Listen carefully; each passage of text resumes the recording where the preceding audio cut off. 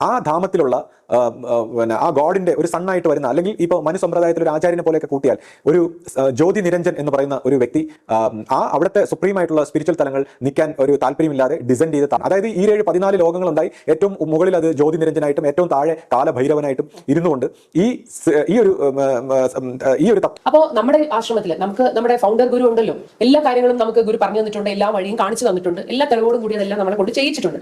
അപ്പൊ പിന്നെ നമ്മൾ അത് ഫോളോ ചെയ്ത് പോയാൽ പോരെ. ഇപ്പൊ നമുക്ക് എന്തിനാണ് ഒരു സെക്കൻഡ് ഗുരു?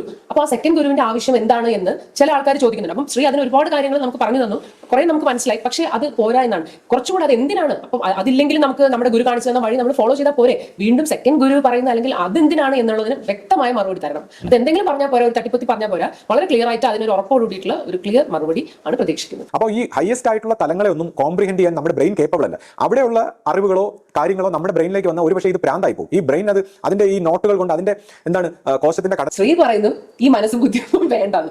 അപ്പൊ അതൊരു ഭയങ്കര ഒരു കോൺട്രഡിക്ടറി ആയിട്ടുള്ള ഒരു സ്റ്റേറ്റ്മെന്റ് അല്ലേ. അത് പലരും അതിനെക്കുറിച്ചൊക്കെ ഉള്ള ഒരു വിമർശനവും സംശയങ്ങളും ഒക്കെ പറയുന്നു. സദ്ഗുരുവേ ശരണം. എല്ലാവർക്കും ലൈഫ് ഡിവൈൻ്റെ പുതിയ എപ്പിസോഡിലേക്ക് സ്വാഗതം. ഇപ്പോൾ ശ്രീ ഇപ്പോൾ മനുഷ്യരെ സംബന്ധിച്ച് നമുക്ക് മറ്റ് സ്പീഷീസിനെയൊക്കെ വെച്ച് നോക്കുമ്പോൾ നമ്മുടെ ബുദ്ധി, നമുക്ക് ചിന്തിക്കാനുള്ള കഴിവ്, ഇതൊക്കെയാണ് നമ്മുടെ ഒരു വ്യത്യസ്തത അല്ലെങ്കിൽ നമ്മുടെ ഒരു അഡ്വാൻറ്റേജ് എന്ന് പറയുന്നത്. ഈ ക്വാളിറ്റീസ് ഒക്കെയാണ്. അപ്പൊ അതുകൊണ്ട് തന്നെ നമ്മുടെ ജീവിതത്തിൽ വിജയിക്കാനും ഒക്കെ നമുക്ക് ഈ ബുദ്ധിയും കഴിവും ഒക്കെ ആണല്ലോ നമ്മളെ ഹെൽപ്പ് ചെയ്യുന്നത്. എന്നാൽ അതേസമയം പ്രോബ്ലംസിനും കുറവൊന്നുമില്ല. ഒരുപാട് പ്രോബ്ലംസും നമുക്ക് ഉണ്ട്, മനുഷ്യർക്ക് എല്ലാവർക്കും ഉണ്ട്. അപ്പൊ ഇതിനൊക്കെ ഒരു ശാന്തിയും സമാധാനവും ഒക്കെ അന്വേഷിച്ച് നമ്മൾ ആധ്യാത്മിക രംഗത്ത് എത്തുമ്പോൾ ശ്രീ പറയുന്നു ഈ മനസ്സും ബുദ്ധിയും വേണ്ടെന്ന്. അപ്പൊ അത് ഒരു ഭയങ്കര ഒരു കോൺട്രഡിക്ടറി ആയിട്ടുള്ള ഒരു സ്റ്റേറ്റ്മെന്റ് അല്ലേ. അത് പലരും അതിനെക്കുറിച്ചൊക്കെ ഉള്ള ഒരു വിമർശനവും സംശയങ്ങളും ഒക്കെ പറയുന്നുണ്ട്. അപ്പൊ അതുകൊണ്ട് കഴിഞ്ഞ വീഡിയോയിൽ കുറച്ച് കാര്യങ്ങൾ പറഞ്ഞു, നമുക്കത് കുറച്ച് ക്ലാരിറ്റി ഒക്കെ വന്നു. എങ്കിലും ഈ പറയുന്നതിലുള്ള ആ ഒരു പരസ്പര വിരുദ്ധത ശരിക്കും ഒന്ന് ക്ലാരിറ്റി വേണം. അതിന് കുറച്ചും കൂടെ ഒന്ന് വിശദീകരിക്കാൻ പറ്റുമോ? ശരിയാണ്. നമ്മൾ ഈ കഴിഞ്ഞ വീഡിയോയിൽ മനസ്സുപയോഗിക്കരുതെന്ന് പറഞ്ഞ ആ ഒരു കൺസെപ്റ്റ് അതിന്റെ ഒരു ശരിയായ രീതിയിൽ പലർക്കും ഉൾക്കൊള്ളാൻ കഴിഞ്ഞിട്ടില്ല. അപ്പോൾ ഈ സാഹചര്യത്തിലാണ് ഞാൻ പറയാറുള്ളത്, എപ്പോഴും ഞാൻ പറയുന്നത് ആരും അംഗീകരിക്കണമെന്നില്ല, എന്നാൽ എതിർക്കാനും പാടില്ല. കാര്യം എന്ന് വെച്ചാൽ എതിർപ്പ് ആർക്ക്? അതായത് നമ്മുടെ ഒരു നോളജ് വെച്ചിട്ടായിരിക്കുമല്ലോ, നമ്മൾ പ്രീവിയസ്ലി സ്റ്റോർ ചെയ്ത് വെച്ചിരിക്കുന്ന നോളജ് വെച്ചിട്ടുള്ള ഒരു കമ്പ്യൂട്ടർ പ്രോഗ്രാം പോലുള്ള ഒരു എതിർപ്പാണല്ലോ. അപ്പോൾ അങ്ങനെ ചാടി എതിർക്കുകയും വേണ്ട, അംഗീകരിക്കുകയും വേണ്ട. പകരം നമുക്ക് എല്ലാവർക്കും ചെന്നൊന്ന് ഒബ്സർവ് ചെയ്യാന്നുള്ളൊരു അർത്ഥത്തിലാണ് ഞാൻ എല്ലാം സംസാരിക്കുന്നത്. അതായത് നമ്മുടെ അറിവിനെയും ഞാൻ പറയുന്ന ഈ അറിവിനെ എല്ലാത്തിനെയും ഒബ്സർവ് ചെയ്യുക, എന്നിട്ട് ഇത്തരം മനസ്സിന്റെ എല്ലാ അറിവിൽ നിന്നും നമ്മൾ തന്നെ മോചിച്ചിരിക്കണം എന്ന് ഓപ്പൺ ആയിട്ടുള്ള ഒരു മൈൻഡുമായിട്ട് ഇരിക്കണം എന്നൊക്കെ ഉള്ളൊരു പുതിയ ഒരു രീതിയിലുള്ള ഒരു ഒബ്സർവേഷനെ, ഒരു നിരീക്ഷണത്തെ കുറിച്ചാണ് ഞാൻ സംസാരിക്കുന്നത്. ഇത് മനസ്സിൽ നിന്നും ഫ്രീ ആകാൻ വേണ്ടിയുള്ള, അതായത് നമുക്ക് എല്ലാ പ്രോബ്ലങ്ങളും എല്ലാ ഇഷ്യൂസും എല്ലാം പെരുപ്പിച്ച് കാണിച്ചു തരുന്ന, ഈവൻ സൈക്കോളജിക്കൽ പ്രോബ്ലങ്ങളിലേക്കും നിരാശകളിലേക്കും ഡിപ്രഷനിലേക്കും ഫ്രസ്ട്രേഷനിലേക്കും അങ്ങനെ നമ്മുടെ ലൈഫിനെ ഒരു ഹെല്ലാക്കി മാറ്റുന്ന എല്ലാ പ്രശ്നങ്ങളിൽ നിന്നും മാറി നിന്ന് മനസ്സിനെ ഒന്ന് ക്ലിയർ ആക്കി എടുക്കാൻ അല്ലെങ്കിൽ ഫ്രഷ് ആക്കി എടുക്കാനുള്ള ഒരു പ്രതിവിധിയാണിത്. അപ്പോൾ ഇവിടെ തന്നെ ഇപ്പൊ ഈ മനസ്സെന്നൊക്കെ പറയുന്ന ഈ വാക്കിൽ ഇപ്പൊ ഓരോരുത്തരും ഓരോ രീതിയിലാണ്. ഇപ്പൊ പലർക്കും ഞാൻ ഈ മനസ്സ് ദ്വന്ദ്ങ്ങളാണ്, മനസ്സിനെ ശരിയാക്കി എടുക്കാൻ പറ്റില്ല, അല്ലെങ്കിൽ അങ്ങനെയൊക്കെ പറയുമ്പോൾ ചിലർക്കൊരു കൺഫ്യൂഷനാണ്. ചിലർ പറയും നല്ല മനസ്സില്ലേ, നല്ല രീതിയിൽ എടുക്കില്ലേ, അങ്ങനെയൊക്കെ പറയും. അപ്പം നമ്മളിപ്പോ ഓരോരുത്തരും ഈ ഓരോ വാക്കുകൊണ്ട് എന്താണ് ഉദ്ദേശിക്കുന്നതെന്ന് നമുക്ക് മനസ്സിലാക്കാൻ പറ്റില്ല. ഇപ്പോൾ സയന്റിഫിക്കലായിട്ടാണെങ്കിൽ നമുക്ക് കോമൺ ആയിട്ട് എല്ലാവരും ഒരുപോലെയാണ്. എന്നാൽ ആധ്യാത്മിക രംഗത്ത് വരുമ്പോൾ ഓരോ ഗുരുക്കന്മാർ പോലും അവരുടെ അനുഭവത്തിനനുസരിച്ചും അല്ലെങ്കിൽ ഓരോ വാക്കുകളെ കുറിച്ച്, ഇപ്പോൾ കോൺഷ്യസ്നെസ്, അവയർനെസ്, അവബോധം, ബോധം, ഇങ്ങനെയൊക്കെയുള്ള മനസ്സ്, ബുദ്ധി, അപ്പൊ ഇതിലൊക്കെ ഓരോ ഗുരുക്കന്മാരും എന്ത് രീതിയിൽ എന്തിനെയാണ് അവരുദ്ദേശിക്കുന്നതെന്ന് എല്ലാവർക്കും തിരിച്ചറിയണമെന്നില്ല. അപ്പോൾ ഇപ്പൊ സെൽഫ്, സോള്, സ്പിരിറ്റ് എന്നൊക്കെ പറഞ്ഞ് ഇങ്ങനെ പല പല വാചകങ്ങളുണ്ട്. അപ്പോൾ ഓരോരുത്തരും എന്തിനെയാണ് ഇത് ഉദ്ദേശിക്കുന്നതെന്ന് അറിയാൻ പറ്റില്ല. അപ്പോൾ ആ അർത്ഥത്തിൽ കൺഫ്യൂഷൻ വരാതിരിക്കാനായിട്ട് നമ്മളിപ്പോൾ ഞാൻ പറഞ്ഞത് ഇപ്പോൾ മനസ്സുപയോഗിക്കേണ്ടെന്ന് പറയുമ്പോൾ നമ്മളിപ്പോൾ പൊതുവെ ആധ്യാത്മിക രംഗത്ത് വന്ന ഇത് ഞാൻ പറഞ്ഞ കാര്യമൊന്നുമല്ല, പൊതുവെ നമ്മൾ പറയും. അതായത് മനസ്സിനെ നമ്മൾ മാക്സിമം സൈലന്റ് ആക്കി കൊണ്ടുവരുമ്പോൾ, അതിനെ സൈലന്റ് ആക്കി കൊണ്ടുവരുമ്പോൾ നമ്മൾ ആ മാനസികമായ ഒരു തലത്തിൽ നിന്ന് ഒരു ബോധത്തിന്റെ തലത്തിലേക്ക് ഒരു ബുദ്ധി, ഒരു ഇന്റലിജൻസ്, ഒരു പുതിയ തരം ഇന്റലിജൻസും പിന്നെ ഇൻറ്റ്യൂഷനും എല്ലാം വന്നുകൊണ്ട് മനുഷ്യന്റെ ഓൾ ടുഗദർ ഒരു ഡിഫറൻസ്, അതായത് ഒരു റാഡിക്കൽ കോൺഷ്യസ്നെസിന്റെ തലത്തിൽ മനുഷ്യന് ഒരു റാഡിക്കൽ ചേഞ്ച് വരുന്നതായിട്ട് കാണാം. അതായത് ഈ മനസ്സിന് നമ്മൾ എല്ലാവരും പൊതുവെ നിരന്തരമായിട്ട് നടത്തുന്ന ആ ചിത്തവൃത്തികളുടെ ലെവലിൽ നിന്ന് ഒന്ന് സൈലന്റ് ചെയ്ത് നമ്മളൊന്ന് ഉണരാൻ ശ്രമിക്കുകയാണെങ്കിൽ നമുക്ക് ഒരു പുതിയ ഇന്റലിജൻസ്, പുതിയൊരു അറിവ്, പുതിയൊരു ബോധം, അങ്ങനെ ഒരു തലത്തിലേക്ക് പെനിട്രേറ്റ് ചെയ്യാനുള്ള ഒരു ശാസ്ത്രമാണിത്. അപ്പോൾ ഇത് ഞാൻ പറഞ്ഞ ഒരു കാര്യമല്ല. അപ്പോൾ അവിടെ തന്നെ നമ്മൾ മനസ്സെന്ന് പറയുമ്പോൾ നമ്മൾ ദ്വന്ദ്വങ്ങളായിട്ടുള്ള ഈ രണ്ട് രീതി, ശരി തെറ്റ്, നന്മ തിന്മ, പുണ്യം പാപം എന്നൊക്കെ രീതിയിലുള്ള ഈ ദ്വന്ദ്വങ്ങളായിട്ടുള്ള മനസ്സ് ആക്ച്വലി നമുക്ക് ഈ സമൂഹവും നമ്മൾ വളർന്ന സാഹചര്യവും നമ്മൾ വായിച്ചതും കേട്ടതും കണ്ടതുമായിട്ടുള്ള കുറെ കൺസെപ്റ്റുകളാണ്. ഇതിൽ നിന്ന് നമുക്കൊരു മോചനം വേണം. എന്നിട്ട് നമ്മുടെ അവബോധം കൊണ്ട് ശരിയായിട്ടുള്ള നമുക്ക് വേണ്ടത് എന്താണെന്ന് തിരിച്ചറിയാനുള്ള ഒരു ഉണർച്ചയിലേക്ക് വരാൻ വേണ്ടിയാണ്. അപ്പം ഈ ദ്വന്ദ്വങ്ങളിൽ കിടന്ന് കഷ്ടപ്പെടുമ്പോൾ നമുക്ക് എപ്പോഴും പ്രശ്നങ്ങളാണ്, ഡ്യുവലിറ്റിയാണ്. അപ്പൊ ഇതിനെയാണ് നമ്മൾ കോമൺ ആയിട്ട് മനസ്സെന്ന് പറയുന്നത്. അല്ലെങ്കിൽ ഇപ്പൊ എന്താണ്, നമുക്കിപ്പോ യൂണിവേഴ്സലായിട്ട് എല്ലാത്തിനെയും മൈൻഡ് എന്ന് തന്നെ പറയാം, അത് വേറൊരു തലം. പക്ഷേ ഇതിപ്പോ നമ്മളിപ്പോ ഈ ഡ്യുവലിറ്റി ആയിട്ടുള്ള ചിത്തവൃത്തി കൊണ്ടുള്ള ഈ കോൺഫ്ലിക്റ്റ് ഉണ്ടാക്കുന്ന ഒരു തലത്തിനെ മൈൻഡ് എന്നും, ഇതിനെ നമ്മൾ എന്താണ് സൈലന്റ് ആക്കി നമ്മൾ കുറച്ച് ഉള്ളിലേക്ക് പെനിട്രേറ്റ് ചെയ്യുമ്പോൾ അവിടെ ഒരു ജ്ഞാനം, ഇന്റലിജൻസ്, ഒരു ജ്ഞാന വശത്തെയാണ്. അപ്പോൾ ഈ ബോധം കൊണ്ടുള്ള ഈ ജ്ഞാനവശം വന്നു കഴിയുമ്പോൾ അതിനെ നമ്മൾ മനസ്സെന്ന് നമ്മൾ പറയുന്നില്ല. മനസ്സെന്ന് പറയുമ്പോൾ നമ്മൾ ഈ താഴേക്കിടയിലുള്ള ഡ്യുവലിറ്റിയിലുള്ള മനസ്സിനെയാണ് നമ്മൾ കോൺഫ്ലിക്റ്റിംഗ് ആയിട്ടുള്ള മനസ്സ്, അതാണ് നമുക്ക് എല്ലാ പ്രശ്നങ്ങളും പ്രോബ്ലം തരുന്നത്. അപ്പൊ നമ്മൾ ഈ ജ്ഞാനവശത്തിലേക്ക് വരുമ്പോൾ അതിനെ മനസ്സെന്ന് പറയുന്നില്ല, അത് സ്പോണ്ടേനിയസ് ആയിട്ടുള്ള ഒരു ഇന്റലിജൻസ് ആണ്. അഫ്കോഴ്സ് ഇതിനെ വേറൊരു അർത്ഥത്തിൽ മൈൻഡ് എന്ന് തന്നെ നമുക്ക് പറയാം, ഒരു ഉയർന്ന മൈൻഡ് എന്ന് വേണമെങ്കിൽ പറയാം. പക്ഷേ ഇത് നമ്മൾ പഠിച്ചു വെച്ചേക്കുന്ന പോലത്തെ ഉള്ള ഈ ശരി തെറ്റ് പിന്നെ ആ രീതിയിലല്ല, ഇതൊരു ഉണർച്ചയാണ്. അപ്പൊ ഈ ഉണർച്ച ആയതുകൊണ്ട് തന്നെ ഇത് എൻ്റെ അറിവ്, നിന്റെ അറിവ്, അല്ലെങ്കിൽ ഒരു ഇൻഡിവിജ്വൽ ലെവലിൽ നമുക്ക് കാണാൻ കഴിയില്ല. ഇപ്പൊ തന്നെ ഞാനിവിടെ ഇങ്ങനെ ഓരോന്നൊക്കെ സംസാരിക്കുമ്പോൾ പലർക്കും തോന്നാം, ഇപ്പോൾ ചിലരൊക്കെ വന്ന നീ വിട്ടിത്തം പറയരുത്, എവൻ ആരിടാ എന്നൊക്കെ ഉള്ള അർത്ഥത്തിൽ പലർക്കും തോന്നാം. സ്വാഭാവികമായിട്ട് ഇപ്പൊ നമ്മൾ സംസാരിക്കുമ്പോൾ ഞാൻ ആരെങ്കിലുമാണ്, അല്ലെങ്കിൽ എനിക്കെല്ലാം അറിയാം, ഇങ്ങനെയൊന്നും ഉള്ളൊരു കൺസെപ്റ്റിലല്ല, അല്ലെങ്കിൽ എന്നെ കേൾക്കുന്ന ആൾക്കാർക്ക് ഇത് അറിഞ്ഞുകൂടാ, ഇങ്ങനെയുള്ളൊരു കൺസെപ്റ്റിലല്ല. ഒരു പക്ഷേ ചിലപ്പോൾ ഇതെല്ലാം നമ്മൾ എന്താണ് ഓരോ ആൾക്കാരുടെ ഒരു ബോധ വികാസത്തിനനുസരിച്ച് ഓരോ ആൾക്കാരിൽ നിന്ന് ഓരോ ക്രിയേഷൻ ഉണ്ടാകുന്നതാണ്. ഇപ്പോൾ ഒരു പാട്ട് പഠിച്ച് കഴിയുന്ന ഒരു വ്യക്തിയിൽ നിന്നൊരു പാട്ട് ഉണ്ടാവും, ഒരു കവിത ചിലപ്പോൾ ചിലരിൽ നിന്നുണ്ട്, ചിത്രം വരയ്ക്കപ്പെടും. അങ്ങനെയൊക്കെ ആധ്യാത്മിക രംഗത്ത് വരുമ്പോൾ അവരിൽ നിന്ന് കുറച്ച് ഇതുപോലുള്ള സംഭാഷണങ്ങളൊക്കെ ഉണ്ടാവും. അതിന് ആ അർത്ഥമേ ഉള്ളൂ, അല്ലാതെ മറ്റുള്ളവർക്ക് അറിവില്ല അല്ലെങ്കിൽ തനിക്ക് അറിവുണ്ട് അങ്ങനെയൊന്നും നമുക്ക് ഈ ആധ്യാത്മിക രംഗത്ത് ഈ ബോധവികാസത്തിന്റെ തലത്തിൽ നിൽക്കുമ്പോൾ ആ രീതി കാണാൻ പറ്റില്ല എന്നുള്ളതാണ് കാര്യം. ഈ ഇൻഡിവിജ്വൽ ആയിട്ടുള്ള ഈഗോയിസ്റ്റിക് ആയിട്ടുള്ള ഒരു മൈൻഡിന്റെ തലത്തിൽ നിന്ന് നമുക്ക് ഈ അറിവുകളെല്ലാം നമ്മുടെ അറിവായിട്ട് തോന്നുമ്പോൾ നമ്മൾ ഇന്റലിജൻസിൽ അവേക്കൻ ആകുന്നതിനനുസരിച്ച് നമുക്ക് മനസ്സിലാവുന്ന ഈ അറിവ് യൂണിവേഴ്സലാണ്. ഇതൊരു ഇൻഡിവിജ്വലിന്റെ, അല്ലെങ്കിൽ നമ്മൾ ഈ അറിവിന്റെ ഒരു തലത്തിലേക്ക് നമ്മൾ ഇങ്ങനെ മൈൻഡിനെ നമ്മൾ സൈലന്റ് ആക്കിയിട്ട് പെനിട്രേറ്റ് ചെയ്യണം. അപ്പം ആദ്യം അത് ഒരു ഇൻഡിവിജ്വലിസ്റ്റിക് ലെവലിലുള്ള ഇൻറ്റ്യൂഷൻസ് ആയിട്ട്, പിന്നെ നമുക്ക് കളക്റ്റീവായിട്ടും ഒരു രാജ്യത്തെ സംബന്ധിച്ചും സമൂഹത്തെ സംബന്ധിച്ചും മനുഷ്യരാശിയെ സംബന്ധിച്ചും എന്താണ് യൂണിവേഴ്സും പ്രപഞ്ചത്തെയൊക്കെ സംബന്ധിച്ചുള്ള അറിവുകളിലേക്ക് ഇങ്ങനെ പെനിട്രേറ്റ് ചെയ്ത് പൊയ്ക്കൊണ്ടിരിക്കുകയാണ്. അപ്പോൾ ഓരോരുത്തരുടെ ലെവലിനനുസരിച്ച് അയാൾ എത്രത്തോളം പെനിട്രേറ്റ് ചെയ്യുന്നോ അതിനനുസരിച്ചുള്ള ഒരു തലങ്ങളിൽ നിന്നുള്ള അറിവുകൾ അയാൾക്ക് കിട്ടുകയാണ്. അപ്പോൾ അതുകൊണ്ട് തന്നെ ഇതിനെ ആർക്കും ഒരു പേഴ്സണൽ അറിവായിട്ട് പറയാൻ കഴിയില്ല. അപ്പോൾ ഈ തലത്തിൽ വരുന്ന ഇപ്പം നമ്മളൊന്നും ഇപ്പം ഞാൻ എൻ്റെ അറിവ് നിന്റെ അറിവ് എന്നുള്ള അർത്ഥത്തിലല്ല, ഇത് ഒരു ജീവന്റെ തലത്തിൽ എല്ലാ ജീവനുകളും ആ ദൈവികമായ ഒരു തലത്തിൽ നിന്ന് വന്നാണ്. എല്ലാ ജീവനുകൾക്കും ഈ അറിവ് അവരുടെ ഉള്ളിൽ ലേറ്റൻ്റ് ആയിട്ടുണ്ട്.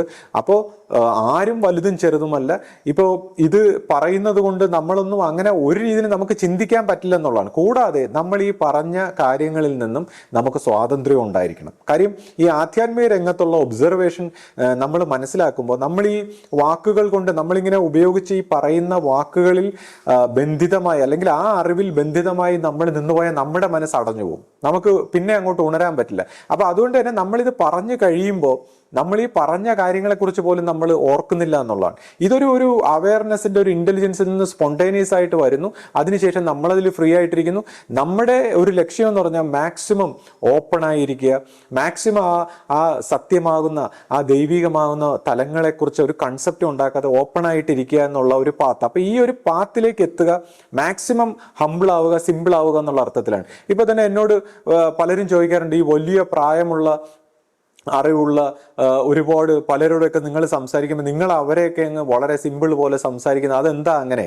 അപ്പോൾ അതിനുള്ളൊരു കാരണം എന്താണെന്ന് വെച്ചാൽ ഇപ്പം ഞാൻ എൻ്റെ ചെറുപ്പം മുതൽ ഈ ഒരുപാട് ഈ അനുഭവത്തിന് വേണ്ടി ഇങ്ങനെ അന്വേഷിച്ചിട്ടുണ്ട്. അപ്പം ഞാനിങ്ങനെ ഒരുപാട് പേരെടുത്തൊക്കെ പോയി ചോദിക്കുമ്പോൾ ഈ പറഞ്ഞു വരുമ്പോൾ എല്ലാവർക്കും ഈ വാചകങ്ങൾ കൊണ്ടുള്ള ഒരു അറിവെന്നല്ലാതെ ഈ അനുഭവവശത്തിൽ അങ്ങനെ ഒരു അറിവുള്ളതായിട്ട് എനിക്ക് ആരെയും അങ്ങനെ ഞാൻ കണ്ടിട്ടില്ല. അപ്പം ഞാൻ വലുതായിട്ട് നമ്മൾ കാണുന്ന ഒരുപാട് പേര് അവരുടേതായ മാനസിക തലത്തിലുള്ള ഒരു അറിവിൽ ബന്ധിതരായിട്ടിരിക്കുകയാണെന്ന് എനിക്ക് ഒരുപാട് പേരോട് സംസാരിച്ചതിൽ നിന്ന് മനസ്സിലായിട്ടുണ്ട്.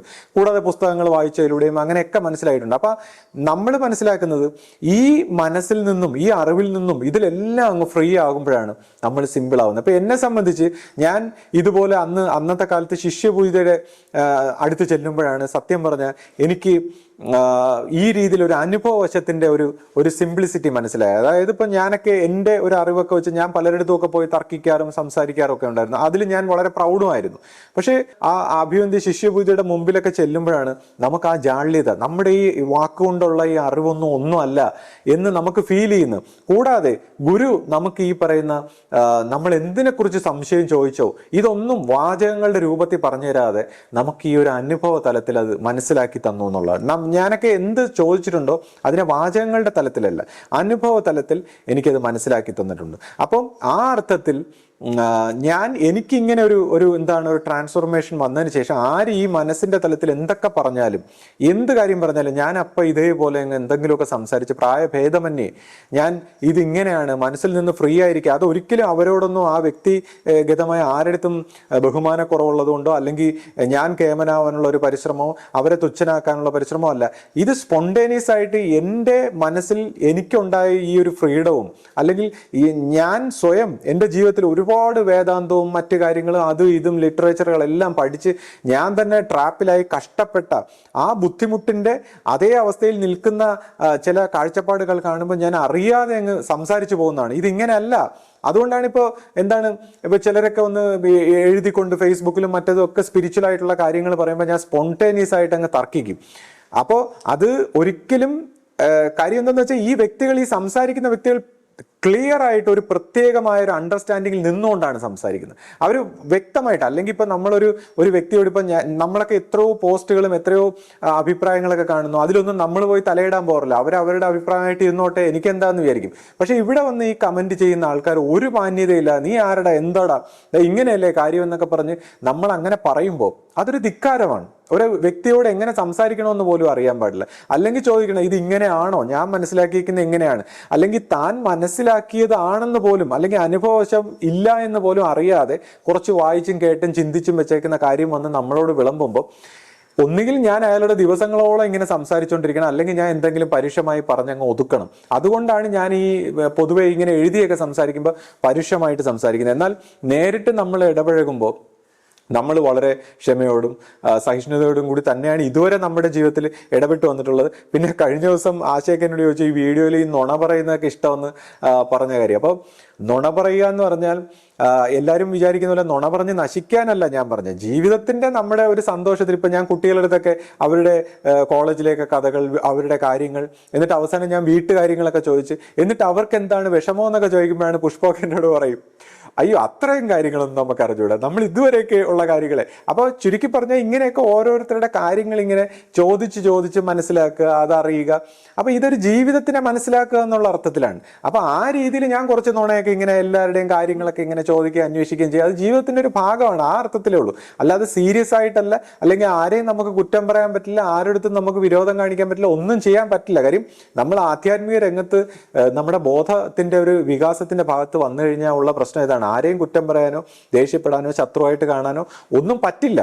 അഫ്കോഴ്സ് നമ്മൾ പെരുമാറുമ്പോൾ നമുക്ക് ഇങ്ങനെയുള്ള സാഹചര്യങ്ങൾ വരുമെങ്കിലും ആത്യന്തികമായി ചിന്തിക്കുമ്പോൾ നമുക്ക് ഉള്ളിൻ്റെ ഉള്ളിൽ നമുക്ക് പിന്നെ എന്താണ് ദൈവികമായ ആ തലത്തിന് മുമ്പിൽ എല്ലാം സഹിച്ച് ക്ഷമിച്ചും പുറത്തും സ്നേഹിച്ചും പോകാനേ പറ്റൂ എന്നുള്ളതാണ്. അപ്പോൾ ആ അർത്ഥത്തിൽ നമ്മൾ ഈ പറയുന്ന കാര്യങ്ങളെ ഒരു തെറ്റായ രീതിയിൽ ആരും മിസ്ഇൻറ്റർപ്രറ്റ് ചെയ്ത് കളയരുത്. എല്ലാവരും ആരും സ്വീകരിക്കാൻ ഞാൻ പറയുന്നില്ല, അംഗീകരിക്കാൻ പറയുന്നില്ല, ഒന്നുമില്ല.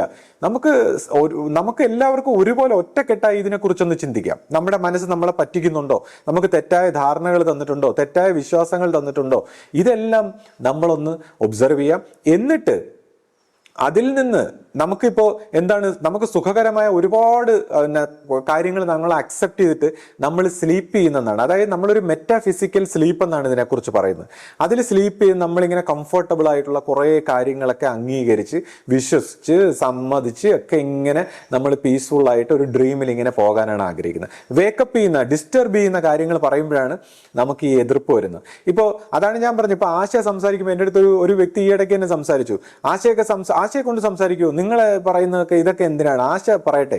അതായത് നമ്മൾ ഈ പണ്ട് പറയുന്ന ഗുരുവിന്റെ കാര്യങ്ങളും ഇതെല്ലാം പറഞ്ഞ് നമുക്കൊരു ഉന്മേഷവും ലഹരിയും തീർച്ചയായിട്ടും നല്ലത് തന്നെ, ഭക്തിഭാവനയിൽ അതെല്ലാം നല്ലതാണ്. എന്നാലും അതാവുമ്പോൾ നമ്മൾ ഡിസ്റ്റർബൻസ് ഒന്നും ഇല്ലാതെ നമുക്ക് പീസ്ഫുൾ ആയിട്ട് ഇങ്ങനെ പോകാം. അപ്പൊ അതുകൊണ്ട് എന്നാൽ ഞാൻ സംസാരിക്കുമ്പോൾ ഇതൊക്കെ എന്തോ ചൊറിയുന്ന വർത്തമാനങ്ങൾ പോലെ തോന്നുന്നു, എന്തോ ഡിസ്റ്റർബിങ്. പക്ഷെ നമ്മളത് മനസ്സിലാക്കേണ്ട, ഈ ചൊറിയുന്ന വർത്തമാനങ്ങൾ, ഈ ഡിസ്റ്റർബിങ് ആയിട്ടുള്ള കാര്യങ്ങൾ ആക്ച്വലി നമ്മുടെ മനസ്സിനെ ഇളക്കുകയാണ്. നമ്മളെ ഉണരാൻ, അല്ലെങ്കിൽ അവയർനെസ് ഉണ്ടാകാൻ, അല്ലെങ്കിൽ നമ്മൾ മനസ്സിലാക്കിയ ധാരണകളിൽ നിന്നെല്ലാം മോചിച്ച് നമ്മളൊരു ഫ്രഷ് ആയിട്ടുള്ള ഒരു ബോധത്തോടെ ഒരു പുതിയ ജ്ഞാനത്തിലേക്ക് കടക്കാനുള്ള ഒരു വഴിയാണെന്ന് നമ്മൾ മനസ്സിലാക്കണമെന്നുള്ളതാണ്. ആക്ച്വലി ഇതുപോലുള്ള ഡിസ്റ്റർബിങ് ആയിട്ടുള്ള കാര്യങ്ങളാണ് നമ്മളെ ആത്യന്തികമായിട്ട് നമ്മളെ ഹെൽപ്പ് ചെയ്യുന്നത്. മറ്റ് നമ്മൾ ഈ നമ്മൾ ഇഷ്ടപ്പെടുന്ന, നമുക്ക് ഭയങ്കര ആസ്വാദ്യകരമായ നമ്മുടെ മതം, എൻ്റെ ജാതി, എൻ്റെ കൺട്രി, എൻ്റെ എന്നൊക്കെ ഉള്ള ആ ലഹരി പിടിപ്പിക്കുന്ന കാര്യങ്ങളെല്ലാം നമ്മളെ സത്യത്തിന്റെ വഴിയിലേക്ക് നടത്തില്ല എന്നുള്ളതാണ്. അപ്പൊ ആ അർത്ഥത്തിൽ ഇതിനെ മനസ്സിലാക്കണം. ദൈവം ഇത് ആരെയും ഡിസ്റ്റർബ് ചെയ്യാനോ ഉപദ്രവിക്കാനോ പരിഹസിക്കാനോ ഒന്നുമല്ല, കൂട്ടായി നമ്മളെല്ലാവരും കൂടെ ചേർന്ന് നമ്മൾ മനസ്സിനെയും നമ്മളെല്ലാ കാര്യങ്ങളെയും നിരീക്ഷണം ചെയ്യുക എന്നുള്ള അർത്ഥത്തിലാണെന്ന് എല്ലാവരും മനസ്സിലാക്കണം. അപ്പൊ ശ്രീ, നമ്മുടെ ഒരു ജീവിതത്തില് ഒരു ആത്മാന്വേഷണത്തിന്റെ ഭാഗമായിട്ട്, അല്ലെങ്കിൽ നമ്മൾ ഇപ്പൊ സെൽഫ് എൻക്വയറി എന്ന് പറയുന്ന ഒരു ഭാഗമുണ്ടല്ലോ, അപ്പൊ അതിന് ഏറ്റവും നല്ലത് ഗുരുമാർഗമാണെന്നാണ് പറയുന്നത്.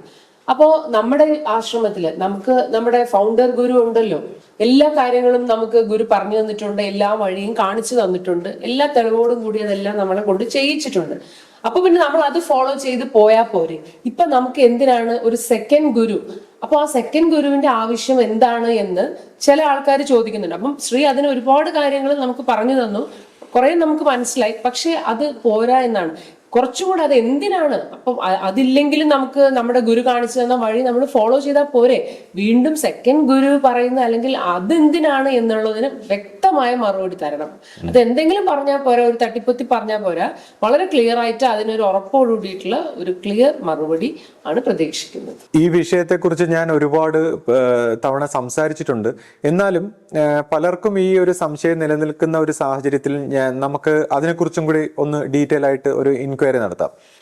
അതായത് നമ്മുടെ ഭാരതത്തിന്റെ ഒരു ആധ്യാത്മിക പാരമ്പര്യം എടുത്തു നോക്കിയാൽ ഒരു ഗുരുമാർഗങ്ങൾ, അതായത് ഗുരുശിഷ്യ പാരസ്പര്യത്തിലൂടെ, അത് വേദാന്ത സ്വഭാവത്തിലായാലും യോഗ സമ്പ്രദായങ്ങളിലൂടെ ആയാലും, പഴയ കാലഘട്ടത്തിലുള്ള അഗസ്ത്യരും പുലസ്ത്യരും, ശ്രീരാമന്റെ കാലഘട്ടത്തിൽ അദ്ദേഹത്തിന് വസിഷ്ഠ മഹർഷി, ശ്രീകൃഷ്ണന്റെ കാലഘട്ടത്തിൽ, പിന്നെ പുതിയ ഒരു കാലഘട്ടത്തിൽ നോക്കിക്കഴിഞ്ഞാൽ ഇപ്പോൾ കബീർദാസിന്റെ പരമ്പര, പിന്നെ അങ്ങനെ നോർത്ത് ഇന്ത്യയിലൊക്കെ നമ്മൾ നോക്കുമ്പോൾ എപ്പോഴും എല്ലാ സ്ഥലത്തും ഒരു ഗുരുശിഷ്യ ബന്ധം അല്ലെങ്കിൽ ലിവിങ് ഗുരുവിന് വളരെ ഇമ്പോർട്ടൻസ് ആയിട്ടാണ് കൽപ്പിച്ചേക്കുന്നത്. ഇപ്പോൾ നാമദേവൻ, നമ്മൾ ഭക്തവിജയത്തിൽ ഇങ്ങനെ വായിക്കും, നാമദേവനോട് അദ്ദേഹത്തിന്റെ ആരാധനാ മൂർത്തി പറയും, ആരാധനാ സ്വഭാവത്തിൽ എനിക്ക് നിൽക്കാൻ പറ്റും, പക്ഷേ ആത്മജ്ഞാനത്തിലേക്ക് പരിണമിക്കണമെങ്കിൽ ഒരു ലിവിങ് ഗുരുവിന്റെ ആവശ്യമുണ്ടെന്ന് പറയുകയും അദ്ദേഹം ജ്ഞാനേശ്വരനെ പോയി കാണുന്നതും ഒക്കെ നമ്മൾ വായിച്ചിട്ടുണ്ട്. പക്ഷെ ഇതൊക്കെയാണെങ്കിലും നമ്മുടെ ഇപ്പോൾ ആശ്രമ സ്വഭാവത്തിലുള്ള, നമ്മുടെ ഇപ്പോൾ പഴയ കാലത്തുള്ള വിശ്വാസ സ്വഭാവത്തിലൊക്കെ പൊതുവെയുള്ള ഒരു അഭിപ്രായം എന്ന് പറയുമ്പോൾ നമ്മുടെ ആശ്രമം ഒരു വ്യത്യസ്തമായ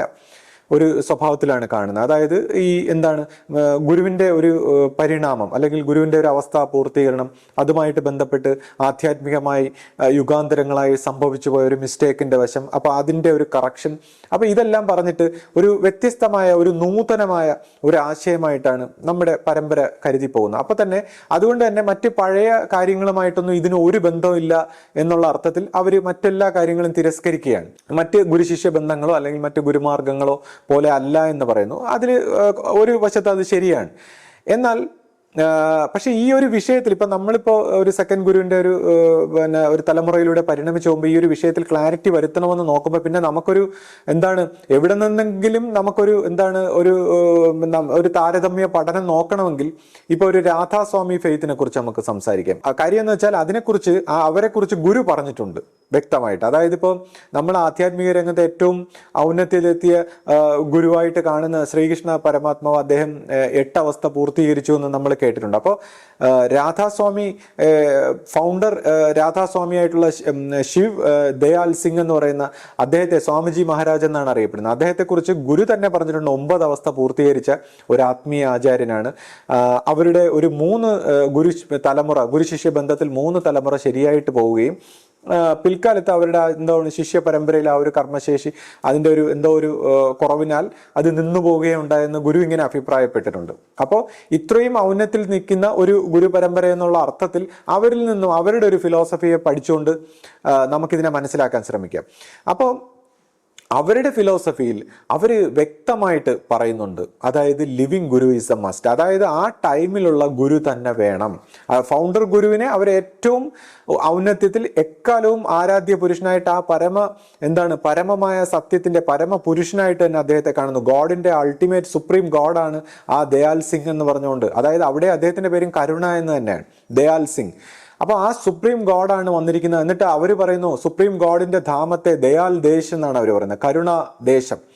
അപ്പോൾ ആ സുപ്രീം ഗോഡിന്റെ ഏറ്റവും എക്കാലവും അവർ ആരാധ്യ പുരുഷനാകുന്നു. എന്നാൽ ഓരോ സമയത്തും സദ്ഗുരുക്കന്മാർ വേണമെന്ന് അവർ വ്യക്തമായിട്ട് പറയുന്നുണ്ട്. ആ സദ്ഗുരുവിലൂടെ മാത്രമേ ശിഷ്യ പരമ്പരയ്ക്ക് സന്ത് മത്ത് എന്നാണ് അവർ പറയുന്നത്. അതായത് സന്യാസിമാരുടെ സത്തുക്കളുടെ മതമാണത്.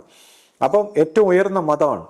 അപ്പോൾ അവരിങ്ങനെയാണ് അതിനെക്കുറിച്ച് പറയുന്നത്. കൂടാതെ ഇപ്പൊ നമ്മളിപ്പോ ഒരു യുഗാന്തരമായിട്ടുള്ള ഒരു മിസ്റ്റേക്കിന്റെ ഒരു സത്യത്രാണന്റെ വശമൊക്കെ പറയുന്നത്, അതുപോലെ തന്നെ അവർക്കും ഇങ്ങനെ ഒരു മിസ്റ്റേക്കിന്റെ വശം അവർ പറയുന്നുണ്ട്. അപ്പോൾ അതിനെ ശ്രദ്ധിച്ചു കഴിഞ്ഞാൽ ഇപ്പൊ ഈ മിസ്റ്റേക്കിന്റെ വശം നമ്മൾ പറയുമ്പോൾ നമുക്കിതൊരു പൊയറ്റിക്കലായിട്ട് ഒരു പുരാണ സ്വഭാവത്തിൽ ഒരു കഥാ സ്വഭാവത്തിലാണ് നമ്മൾ എല്ലാവരും പറയുന്നത്. ഇപ്പൊ സത്യത്രാണന്റെ കഥയായാലും അതെന്തുകൊണ്ടാണെന്ന് വെച്ചാൽ ഇപ്പോൾ ആത്യന്തികമായി ഇപ്പോൾ കോൺഷ്യസ്നെസ്സിന്റെ ഡിഫറെൻ്റ് ആയിട്ടുള്ള തലങ്ങളെ ഇപ്പൊ നമ്മുടെ ഒരു ഹ്യൂമൻ ബ്രെയിനിന്റെ ഒരു കപ്പാസിറ്റി വെച്ചിട്ട് നമ്മൾ കൊച്ചിലെ കുട്ടികളെല്ലാം പഠിപ്പിക്കുന്ന കഥാ സ്വഭാവത്തിലാണ്. അതുപോലെ തന്നെ നമുക്കെല്ലാം കഥകളിലൂടെയാണ് മനസ്സിലാക്കാൻ കഴിയുന്നത്, നമ്മുടെ ബ്രെയിനിനെ എളുപ്പം മനസ്സിലാക്കാൻ പറ്റുന്നു. നമ്മുടെ ബ്രെയിനിന്റെ ഒരു തലം കഴിഞ്ഞിട്ട് തന്നെ പിന്നെയും ഒരുപാട് ആധ്യാത്മികമായ കോൺഷ്യസ്നെസ്സിന്റെ ഒരുപാട് തലങ്ങളുണ്ട്. അപ്പോൾ ഈ ഹയസ്റ്റ് ആയിട്ടുള്ള തലങ്ങളെ ഒന്നും കോംപ്രിഹെൻഡ് ചെയ്യാൻ നമ്മുടെ ബ്രെയിൻ കേപ്പബിൾ അല്ല. അവിടെയുള്ള അറിവുകളോ കാര്യങ്ങളോ നമ്മുടെ ബ്രെയിനിലേക്ക് വന്നാൽ ഒരുപക്ഷെ ഇത് പ്രാന്തായി പോകും. ഈ ബ്രെയിൻ അതിൻ്റെ ഈ നോട്ടുകൾ കൊണ്ട് അതിൻ്റെ കോശത്തിന്റെ ഘടന വെച്ചിട്ട് ഇതിനെയൊന്നും ഇന്റർപ്രറ്റ് ചെയ്യാനുള്ള ഒരു കഴിവില്ല. അപ്പോൾ നമുക്കിത് ഒരു കഥാ സ്വഭാവത്തിലാണ്. അതാണ് ഈ പുരാണങ്ങളുടെയൊക്കെ സീക്രട്ട് എന്താന്ന് വെച്ചാൽ ഇതിനകത്ത് കഥയിൽ ചില കാര്യങ്ങൾ ഒളിഞ്ഞിരിക്കുകയാണ്. അത് നമ്മൾ ഡീകോഡ് ചെയ്ത് എടുക്കണമെന്നുള്ളതാണ്. ഗുരുക്കന്മാരാണ് അത്, അനുഭവശാലികളായ ഗുരുക്കന്മാരാണ് അത് കണ്ടുപിടിക്കുന്നത്. ഒരുപാട് ബുദ്ധിജീവികളെല്ലാം ഈ പുരാണങ്ങളെ പച്ചയ്ക്ക് ലിറ്ററലി എടുത്തിട്ട് അങ്ങ് കളിയാക്കും. പക്ഷെ അതിനെ ഡീകോഡ് ചെയ്തെടുക്കണമെന്നുള്ളതാണ്. അപ്പോൾ ഉയർന്ന ആധ്യാത്മിക തലങ്ങളെ ഈ കഥാ സ്വഭാവത്തിലാണ് ദൈവം പോലും നമുക്ക് മനുഷ്യർക്ക് മനസ്സിലാക്കാൻ വേണ്ടി പറഞ്ഞിരുന്നത്. അപ്പൊ നമ്മളെ സംബന്ധിച്ച് ഇത് സത്യത്രാണന്റെ ഒരു കഥ നമുക്ക് ഈ രീതിയിലാണ് മനസ്സിലായിരിക്കുന്നത്. അപ്പൊ ഈ രാധാസ്വാമി ഫെയ്ത്തിനെ സംബന്ധിച്ച് നോക്കുമ്പോൾ അവർ പറയുന്നത് ഇത് ഈ ദയാൽ ദേശിലുള്ള ആ പരമ പുരുഷനായിട്ടുള്ള ആ ധാമത്തിൽ സത് ലോകത്തിൽ ഇതെല്ലാം നമ്മൾ മെറ്റഫോറിക്കലി എടുക്കാവൂ, ഇത് ലിറ്ററലി ആരും എടുത്തു കളയരുത്. ഇത് നമുക്ക് മനസ്സിലാക്കാനുള്ള ഒരു കഥാ സ്വഭാവത്തിൽ ഇതിൽ ഒളിഞ്ഞിരിക്കുകയാണ് ഒരു സീക്രട്ട്. കാര്യം ഇത് കോൺഷ്യസ്നെസ്സിന്റെ ഡിഫറെന്റ് തലങ്ങൾ തന്നെയാണ്. അപ്പം ആ ധാമത്തിലുള്ള ആ ഗോഡിന്റെ ഒരു സണ്ണായിട്ട് വരുന്ന, അല്ലെങ്കിൽ ഇപ്പോൾ മനുസമ്പ്രദായത്തിൽ ഒരു ആചാര്യനെ പോലെയൊക്കെ കൂട്ടിയാൽ ഒരു ജ്യോതി നിരഞ്ജൻ എന്ന് പറയുന്ന ഒരു വ്യക്തി അവിടുത്തെ സുപ്രീം ആയിട്ടുള്ള സ്പിരിച്വൽ തലങ്ങൾ നിൽക്കാൻ ഒരു താല്പര്യമില്ലാതെ ഡിസെൻഡ് ചെയ്ത് താഴോട്ട് വരികയും അദ്ദേഹം സ്വയം ഒരു ക്രിയേഷൻ ഉണ്ടാക്കിയെന്നാണ് പറയുന്നത്. അപ്പോൾ അതാണ് ഈ മൈൻഡിന്റെ തലത്തിലുള്ള ഒരു ക്രിയേഷനും. അദ്ദേഹം ആ ക്രിയേഷനിൽ ഈ പറയുന്ന ത്രിമൂർത്തി സമ്പ്രദായം പോലെ എല്ലാം ഉണ്ടാക്കിയതിന് ശേഷം അദ്ദേഹം ഈ പരമപുരുഷനെ ധ്യാനത്തിലേക്ക് പോയി അദ്ദേഹം ഈ സ്റ്റേജിൽ നിന്നെല്ലാം മറഞ്ഞു നിൽക്കുന്നു എന്നാണ് പറയുന്നത്. അതായത് ഈ 14 ലോകങ്ങളുണ്ടായി. ഏറ്റവും മുകളിൽ അത് ജ്യോതി നിരഞ്ജനായിട്ടും ഏറ്റവും താഴെ കാലഭൈരവനായിട്ടും ഇരുന്നു കൊണ്ട് ഈ ഒരു തത്വമാണ് ഈ പ്രപഞ്ചത്തെ നിയന്ത്രിക്കുന്നത് എന്നുള്ള അർത്ഥത്തിലാണ് അവരുടെ ഈ ദൃശ്യ പ്രപഞ്ചത്തെ, നമ്മുടെ പഞ്ചേന്ദ്രിയങ്ങളാലുള്ള പ്രപഞ്ചത്തെ നിയന്ത്രിക്കുന്നത്. ഇതൊരു എന്താണ് മെറ്റീരിയൽ കം സ്പിരിച്വൽ തലമാണ്.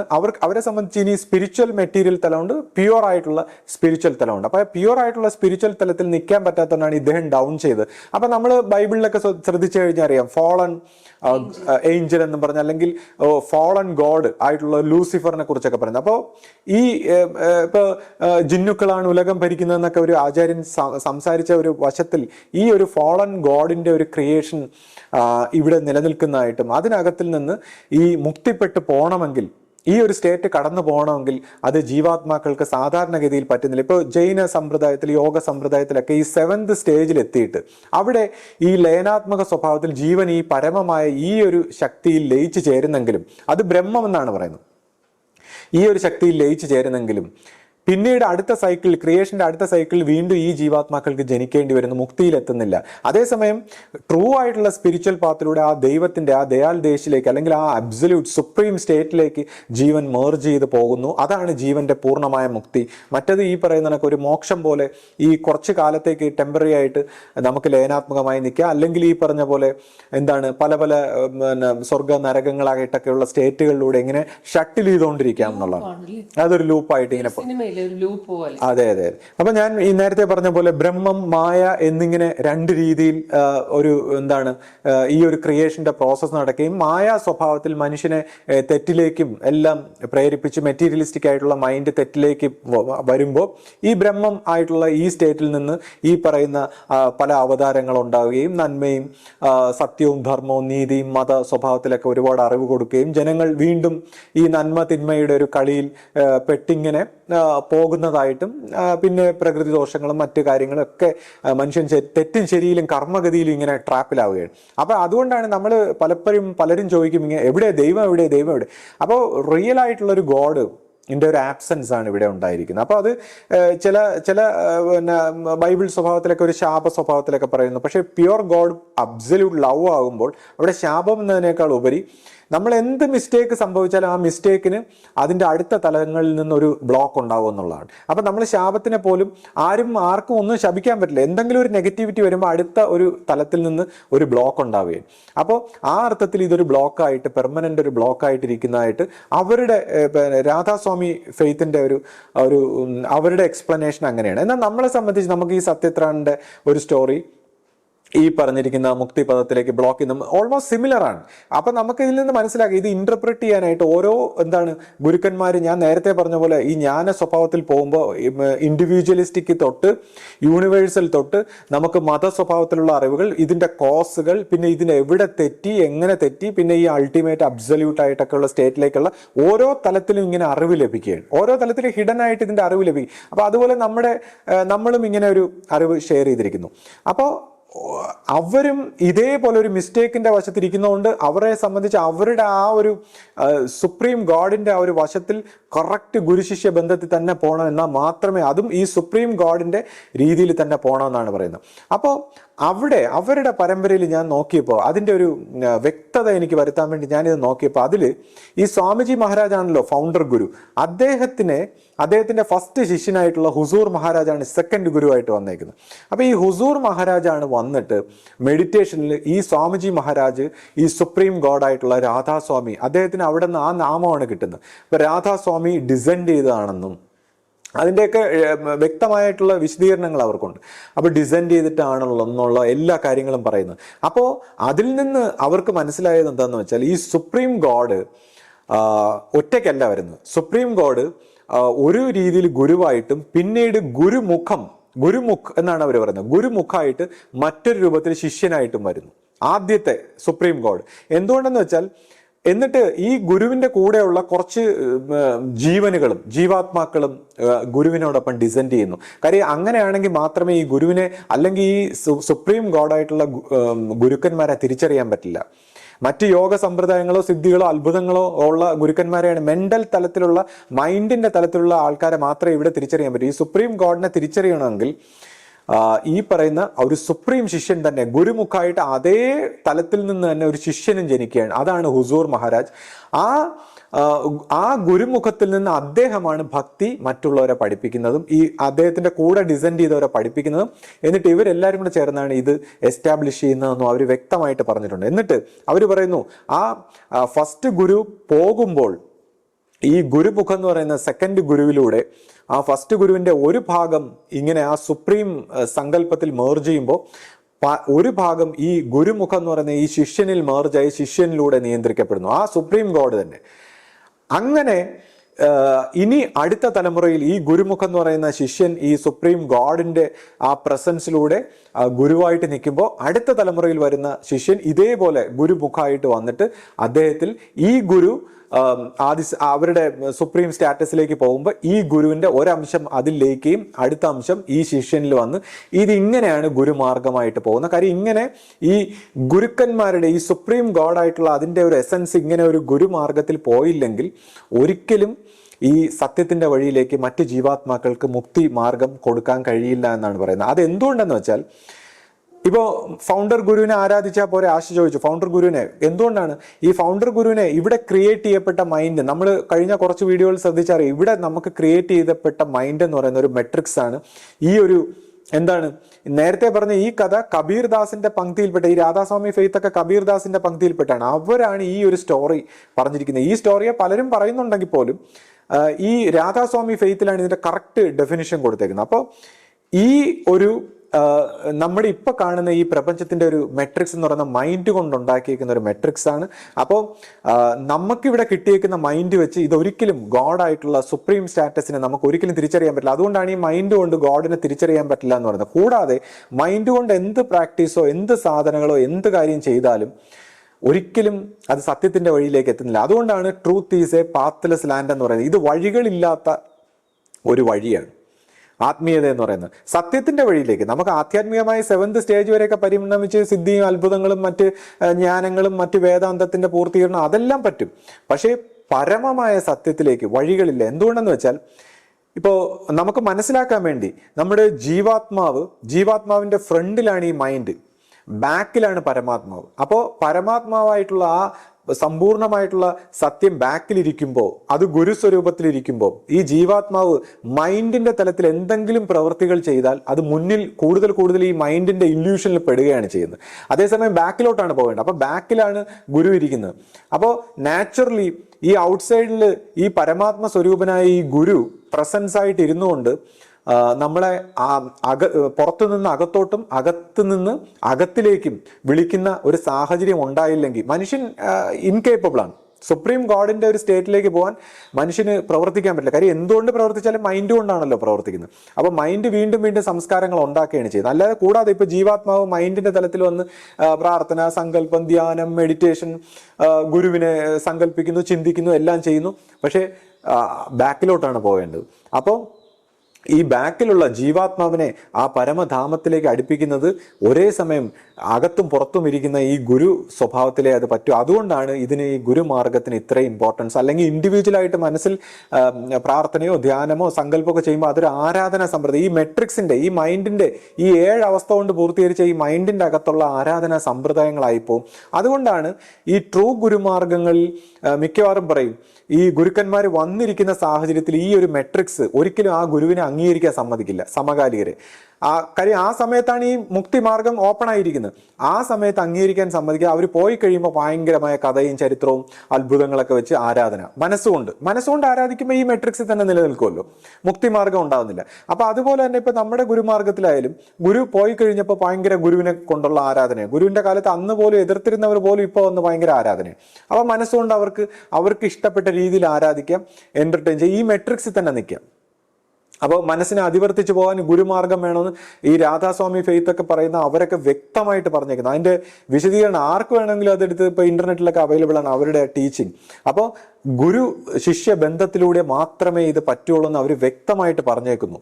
കൂടാതെ ഈ നമ്മൾ നോക്കുമ്പോൾ ഈ മൈൻഡിന്റെ തലത്തിൽ നമ്മൾ എന്ത് ചെയ്യുമ്പോഴും അത് ഇങ്ങനെയാണ് ഉണ്ടാകുന്നത്. പിന്നെ നമുക്ക് എന്താണ് ഇപ്പൊ നമ്മുടെ ഒരു ഗുരു സ്വഭാവത്തിൽ നമുക്കിപ്പോ ഇങ്ങനെ ഒരു തിരിച്ചറിവ് വന്നതുകൊണ്ട് നമ്മുടെ ഗുരുവിനെ കുറിച്ച് മനസ്സുകൊണ്ട് ചിന്തിച്ച് സങ്കല്പിച്ച് നമുക്ക് പ്രാർത്ഥിക്കുന്ന എല്ലാം ഗുണകരമാണ്. അത് മാത്രമേ കഴിയൂ. ഇപ്പൊ ഈ ഒരു ഗുരുമാർഗത്തിന്റെ വഴിയിലേക്ക് പോകാൻ പറ്റാത്തവരെ സംബന്ധിച്ച് അങ്ങനെ തന്നെ ചെയ്യാം.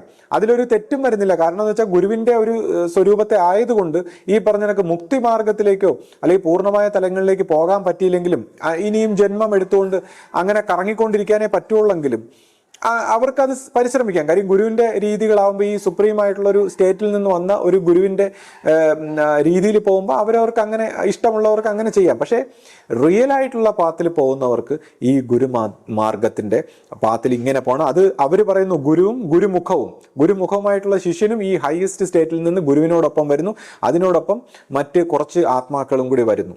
അതായത് ഈ ശിഷ്യനാണ് ഗുരുവിനെ എങ്ങനെ ഭക്തിയോടെ കാണണമെന്ന് ശിഷ്യ പരമ്പരയെ പഠിപ്പിക്കുന്നത്. അപ്പം നമ്മളെ സംബന്ധിച്ച് ഞാൻ നോക്കുമ്പോൾ നമ്മുടെ ഗുരു പരമ്പരയിൽ വ്യക്തമായിട്ട് അത് നമുക്ക് എല്ലാവർക്കും മനസ്സിലായി ഇത് ശിഷ്യപൂജിത തന്നെയാണ്. ആ ഗുരുമുഖമായിട്ട് നമുക്ക് ആ ഭക്തി ഭാവന നമുക്ക് കാണിച്ചു തന്നിട്ടുള്ളത് ശിഷ്യപൂജിതയുടെ ഒരു ഭാഗത്തു നിന്നാണ്. അപ്പോൾ ഇത് വളരെ അബ്സല്യൂട്ട് ആയിട്ടുള്ള ഒരു സുപ്രീം സ്റ്റാറ്റസിൽ നിന്ന് തന്നെയാണ് ഈ ജീവനും വന്നതെന്ന് എനിക്കിപ്പോൾ രാധാസ്വാമി ഫെയ്ത്തിന്റെ കാര്യം ഞാനിത് ഇപ്പൊ ധൈര്യമായിട്ട് തുറന്നു പറയുകയാണ്. കാര്യം അവർ മറ്റൊരു ഗുരുപരമ്പരയിൽ ഇത് വ്യക്തമായിട്ട്, അത് ഏറ്റവും ഉയർന്ന ഒരു ഗുരുപരമ്പരയിൽ ഇത് വ്യക്തമായി പറഞ്ഞതുകൊണ്ടാണ് എനിക്കിന്ന് എനിക്ക് ധൈര്യമായിട്ട് സംസാരിക്കാൻ പറ്റുന്നത്. കാരണം എന്താന്ന് വെച്ചാൽ ഇപ്പൊ ഞാൻ അന്വേഷിച്ചിട്ടുള്ള എൻ്റെ ഇത്രയും കാലഘട്ടത്തിലുള്ള ഒരു അന്വേഷണത്തിൽ ഈ ശിഷ്യപൂജിതയെക്കുറിച്ച് ചിന്തിക്കുമ്പോൾ വളരെ നമുക്ക് ഒരിക്കലും ചിന്തിക്കാൻ പറ്റാത്ത ബിയോണ്ട് ആയിട്ടുള്ള ഒരു സ്റ്റേറ്റ് ആണെന്ന് പലപ്പോഴും മനസ്സിലായെങ്കിലും നമുക്കത് പറയാനുള്ളൊരു ധൈര്യമില്ല. കാര്യം കുറെ ആൾക്കാർ ഇങ്ങനെ കുറച്ചു പേര് അപ്പൊ ഇനിയിപ്പോ അവരെ വിചാരിച്ചുകൊണ്ട് നമ്മളതിനെ ഒളിച്ചു വെക്കേണ്ട ഒരു കാര്യമില്ല. ഞാൻ നോക്കുമ്പോൾ കാര്യം മറ്റൊരു പരമ്പരയിൽ ഇത് വ്യക്തമായിട്ട് പറയുന്നുണ്ട്. അപ്പോൾ ഈ സുപ്രീം ഗുരുവിനോടൊപ്പം ഒരു പോർഷനായിട്ട് ഇങ്ങനെ ഒരു ആ ഗുരുവും കൂടി വരുന്നുണ്ട്. അപ്പോൾ ഇത് ഇങ്ങനെ അതിനുശേഷം ഇത് തലമുറകളായിട്ട് ഈ ഗുരുമാർഗമായിട്ട് ഇങ്ങനെയാണ് പോകുന്നത്. അപ്പോൾ അത് ഗുരു വ്യക്തമായിട്ട് പറഞ്ഞിട്ടുണ്ട് നമുക്ക് ഇങ്ങനെ എക്കാലവും ഒരു ഗുരു ഉണ്ടായിരിക്കും ജ്ഞാനമാർഗത്തിൽ. എന്നിട്ട് എപ്പോഴും നമ്മൾ പറയും നമ്മുടെ ഫൗണ്ടർ ഗുരു തന്നെയാണ് നമ്മുടെ ആദ്യ ഗുരു. നമുക്ക് എപ്പോഴും അങ്ങനെയാണ്. ആ ഫൗണ്ടർ ഗുരുവിന്റെ ഒരു പോർഷനാണ് നമുക്ക് ശിഷ്യനിലൂടെയും നമ്മുടെ ആരാധനാലയത്തിലൂടെയും ഒക്കെ നമുക്ക് ഓരോ എനർജി ശരീരങ്ങളായിട്ട് നമുക്ക് കിട്ടിയിട്ടുണ്ട്. പിന്നെ ചിലര് ചോദിക്കുന്നത് പോലെ എന്തുകൊണ്ട് ഫൗണ്ടർ ഗുരു പറഞ്ഞതുപോലെ ആശ്രമത്തിന്റെ ചില കാര്യങ്ങൾ ഇപ്പോഴാണ് എനിക്കും അതിനെക്കുറിച്ചൊരു ക്ലാരിറ്റി വന്നത്. അതായത് ഒരു പക്ഷേ പുതിയ ഈ ഗുരുമാർഗം കറക്റ്റ് പാത്തിൽ എസ്റ്റാബ്ലിഷ് ചെയ്ത് കഴിയുമ്പോൾ ഒരു പുതിയ തലമുറയിൽ ഈ പറഞ്ഞിട്ടുള്ള ഗുരു പറഞ്ഞ അതുപോലെയുള്ള സംഘടനയും രീതികളും പ്രവർത്തന രീതികളും എല്ലാം നടപ്പാകാൻ പോവുകയാണെന്നാണ് എനിക്ക് തോന്നുന്നത്. കാരണം ഒന്നേ ആ സമയത്തുള്ള ഗുരുക്കന്മാർ അത് പറഞ്ഞു കൊടുക്കും, അല്ലെങ്കിൽ ഗുരു പറഞ്ഞതുപോലെ കൊണ്ടുപോകാൻ പറ്റാത്തൊരു സാഹചര്യമായിരുന്നു ആദ്യത്തെ ഒരു കാലഘട്ടത്തിൽ. നമ്മൾ തന്നെ ശ്രദ്ധിച്ചറിയാം ആദ്യ കാലഘട്ടത്തിലുള്ള ശിഷ്യ പരമ്പര ഈ ഒരു ശിഷ്യപൂജിതയുടെ ഒരു ട്രാൻസിഷൻ പീരീഡ് നമ്മൾ നോക്കുമ്പോൾ അന്ന് ഏറ്റവും സീനിയർ ആയിട്ടുള്ളവരെ തന്നെയാണ് ഏറ്റവും ഉയർന്ന തലങ്ങളിലെല്ലാം പ്രതിഷ്ഠിച്ചതെങ്കിലും അവരിൽ നിന്ന് ഈ പറയുന്ന പോലെ ഗുരുവാക്ക് അനുസരിച്ച് പോകുന്നതിലുള്ള ഒരു മിസ്റ്റേക്ക് വന്നപ്പോൾ തന്നെയാണ് അടുത്ത ഈ സെക്കൻഡ് തലമുറയെ കൊണ്ടുവന്നതെന്നുള്ളത് നമുക്ക് വ്യക്തമായിട്ട് അറിയാം. അപ്പോൾ ഗുരുവാക്ക് മാനിച്ച് ഈ ഒരു ഗുരുമഹിമയെ മാനിച്ച് കൊണ്ടുപോകുന്നതിൽ നമ്മുടെ പരമ്പരയെ സംബന്ധിച്ച് ഒരു അറിവില്ലായ്മയുടെ ഭാഗത്തൊരു മിസ്റ്റേക്ക് വന്നതായിട്ട് നമ്മൾ അത് സമ്മതിച്ചേ പറ്റൂ. നമ്മൾ ഇപ്പോൾ രാധാസ്വാമി ഫെയ്ത്തിലൊക്കെ പറഞ്ഞ പോലെ ഈ ദയാൽ ദേശ് ഈ സുപ്രീം ആയിട്ടുള്ള ഒരു സ്റ്റേറ്റിലേക്ക് പോകണമെങ്കിൽ എത്രമാത്രം ഒരു സോള് പ്യുവർ ആകണമെന്നും എത്രമാത്രം മനസ്സാ വാച ആ കർമ്മണ ചിന്തയിലൊക്കെ എത്രത്തോളം പ്യുവർ ആകണം. ഇപ്പൊ നമ്മൾ ആരും പ്യുവർ ആയിട്ടല്ല സംസാരിക്കുന്നത്, പക്ഷെ ഈ ഒരു പാത്ത് ഇങ്ങനെയാണെന്നും അപ്പൊ അതിന് നിരന്തരമായിട്ടുള്ള ഈ സത്സംഗങ്ങളിൽ ഇടപെട്ടുകൊണ്ട് നിൽക്കണം. അല്ലെങ്കിൽ ഈ മൈൻഡും മായയും ചേർന്നിട്ടുള്ള ഈ ഒരു നമ്മുടെ ഈ മെട്രിക്സ് ആയിട്ടുള്ള ഈ ലോകത്തിൽ ഇവിടെ പൈശാചികങ്ങളും നമ്മുടെ മനസ്സിനെ സ്വാധീനിക്കാനായിട്ട് പിതൃക്കളും അല്ലെങ്കിൽ മറ്റ് ആരാധനാമൂർത്തികളും ഇങ്ങനെയൊക്കെ ഉള്ള ഒരു തലത്തിൽ വളരെയധികം സംശയിച്ചു പോകുന്ന ഡിസ്റ്റർബ്ഡ് ആയി പോകുന്ന തെറ്റിദ്ധരിച്ചു പോകുന്ന ഈ ഒരു സാഹചര്യത്തിൽ നിന്ന് നമ്മളെ രക്ഷിക്കണമെങ്കിൽ, നമ്മുടെ മനസ്സിനെ രക്ഷിക്കണമെങ്കിൽ ഈ ഒരു ഗുരുമാർഗത്തിൽ വന്ന് സത്സംഗത്തിലൂടെ ആ ഒരു അലൈൻമെന്റ്, ആ ഗുരുവിനോടൊപ്പമുള്ള ആ ഒരു അലൈൻമെന്റ് നിലനിർത്തിക്കൊണ്ട് നമുക്കിത് അവസാനം വരെ ജീവിച്ചെടുക്കാൻ ഓരോരുത്തർക്കും കഴിയണം. അതിൽ തന്നെ ഭാഗ്യമുള്ളവർക്ക് ഈ ദർശന സ്വഭാവത്തിലോ അല്ലെങ്കിൽ അനുഭവ സ്വഭാവത്തിലോ അവരുടെ ജീവന്റെ യോഗ്യതയ്ക്കനുസരിച്ച് ഓരോരുത്തരുടെയും ജീവന്റെ വളർച്ചയ്ക്കനുസരിച്ചാണ് ഇതൊരു സ്വരൂപ സ്വഭാവത്തിൽ നമ്മൾ ഇതിനെ മനസ്സിലാക്കുന്നത്. അപ്പോൾ ഓരോരുത്തരുടെയും ഒരു ജീവന്റെ യോഗ്യതയ്ക്കനുസരിച്ച് അത് മനസ്സിലാക്കുമ്പോൾ ഇത് അവസാനം വരെ ഇത് തെറ്റിക്കാതെ നിന്നാൽ അവസാനം കൂടെ വരാൻ ആരുമില്ലാത്തപ്പോൾ ആ ഗുരു എന്ന സത്യം വരും എന്ന് പറയുന്നത് പോലെ ഈ സത്യത്തിലേക്ക് എത്തിക്കാനുള്ള ഒരു വഴി. അങ്ങനെയാണ് ഗുരുമാർഗത്തിൻ്റെ ഒരു രീതി. അപ്പോൾ അത് നമുക്ക് നമ്മളെ കൊണ്ട് കഴിയുന്ന രീതിയിൽ നമുക്കത് ചെയ്തെടുക്കാൻ ആ ഒരു ഗുരുകാരുണ്യം ഉണ്ടാകട്ടെ. വീഡിയോ വൈൻഡപ്പ് ചെയ്യുന്നതിനോടൊപ്പം ഒരു കാര്യം കൂടെ പറഞ്ഞോട്ടെ. ഇപ്പോൾ ആശ നമ്മൾ ഒരു ഓൺലൈൻ ക്ലാസ്, അതായത് സ്പോക്കൺ ഇംഗ്ലീഷും ഗ്രാമറും പിന്നെ മോറൽ സ്റ്റോറീസ് ബേസ്ഡ് ആയിട്ടുള്ള ഇംഗ്ലീഷ് ടീച്ചിങ്ങും എല്ലാം ചേർത്തുകൊണ്ട് അത് കുട്ടികൾക്കും മുതിർന്നവർക്കും എല്ലാം ജോയിൻ ചെയ്യാൻ പറ്റുന്ന പല ബാച്ചുകളായിട്ടുള്ള ഒരു ഓൺലൈൻ ക്ലാസ് സ്റ്റാർട്ട് ചെയ്തിട്ടുണ്ട്. ഇപ്പോൾ ശ്രീജയ ഒരു സയൻസിൻ്റെ ക്ലാസ്സും സ്റ്റാർട്ട് ചെയ്തിട്ടുണ്ട്. അപ്പോൾ താല്പര്യമുള്ളവർക്ക് നമ്മൾ നമ്പർ ഷെയർ ചെയ്യാം, അതിൽ കോണ്ടാക്ട് ചെയ്യാം. പിന്നെ കൂടാതെ ഇപ്പോൾ കുട്ടികളുടെ കാര്യം പറയുമ്പോൾ നമ്മുടെ ഇപ്പോഴത്തെ ഒരു പുതിയ തലമുറ